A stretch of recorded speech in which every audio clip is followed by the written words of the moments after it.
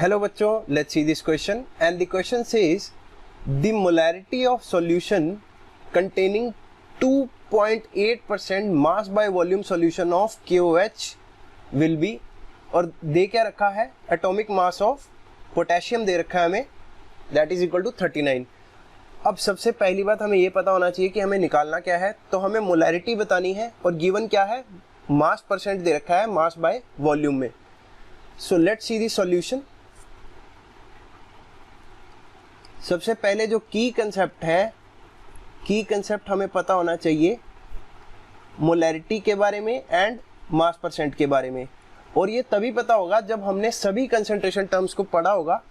तो यहाँ पर हम लिख लेते हैं कि ब्रॉडली हमें कंसंट्रेशन टर्म्स के बारे में पढ़ना है, concentration terms for solution, for solutions. अब गिवन क्या है वहीं से स्टार्ट करते हैं। So given is 2.8% mass by volume solution of KOH। तो गिवन लिख लेते हैं 2.8% m बाई वी। इसका मतलब क्या है, m by V solution of KOH का, सॉल्यूशन ऑफ KOH मीन्स, इसका सिंपल सा मतलब है दैट 2.8 ग्राम्स KOH प्रेजेंट है 100 ml सॉल्यूशन में। तो हम इसको सिंपली लैंग्वेज में लिख लेते हैं that 2.8 grams KOH is present in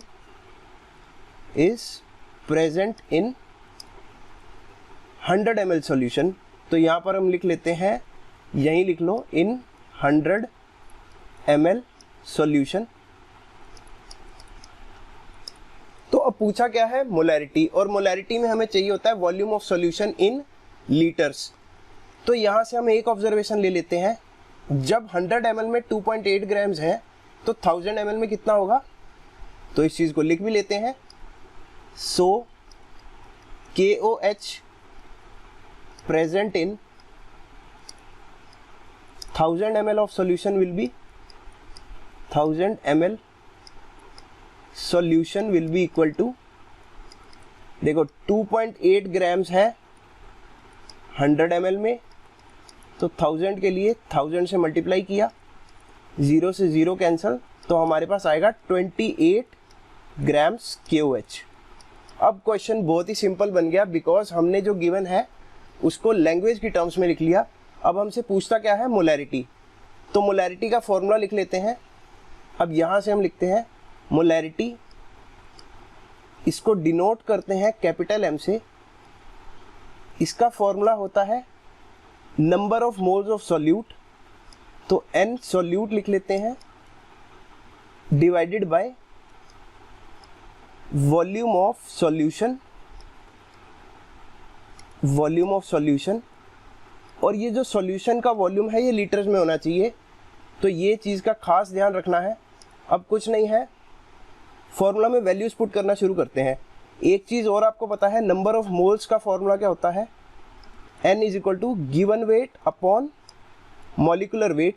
तो ये फॉर्मूला हम यूज़ करने वाले हैं। तो अब मोलैरिटी निकालते हैं। Molarity will be equal to number of moles of solute. Solute क्या है, KOH, और KOH का वेट हमने निकाला 28 ग्राम्स, तो 28 grams divided by molecular weight of KOH क्या होता है, देखो K का हमें ऑलरेडी दे रखा है 39, ऑक्सीजन का 16 प्लस हाइड्रोजन का 1, तो 39 plus 16 plus 1 will be equal to 56। तो यहाँ से मोल्स आ गए, इनटू मल्टीप्लाई करते हैं पर वॉल्यूम ऑफ सॉल्यूशन। तो ये कितने वॉल्यूम में था, 1000 ml में, तो यानी कि इसका सिंपल सा मतलब है 1000 ml को हम 1 लीटर लिख सकते हैं।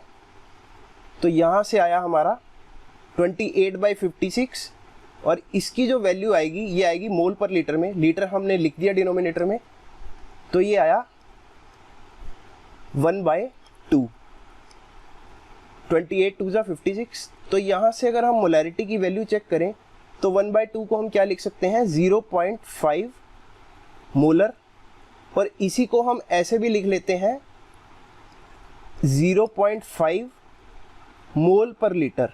मोल पर लीटर कैसे लिखा, इसको हाईलाइट करके दिखाते हैं। देखो 28/56 क्या आए थे हमारे मोल्स, और पर लीटर है, पर 1 लीटर है, तो इसीलिए जो वैल्यू आएगी वो आएगी 0.5 मोल पर लीटर या molar. So the correct option is option number B. तो बड़ा सिंपल सा कंसेप्ट था, हमें कंसंट्रेशन टर्म्स के बारे में पता होना चाहिए, मोलैरिटी का फॉर्मूला लगाया। So I hope you understood it. Best of luck.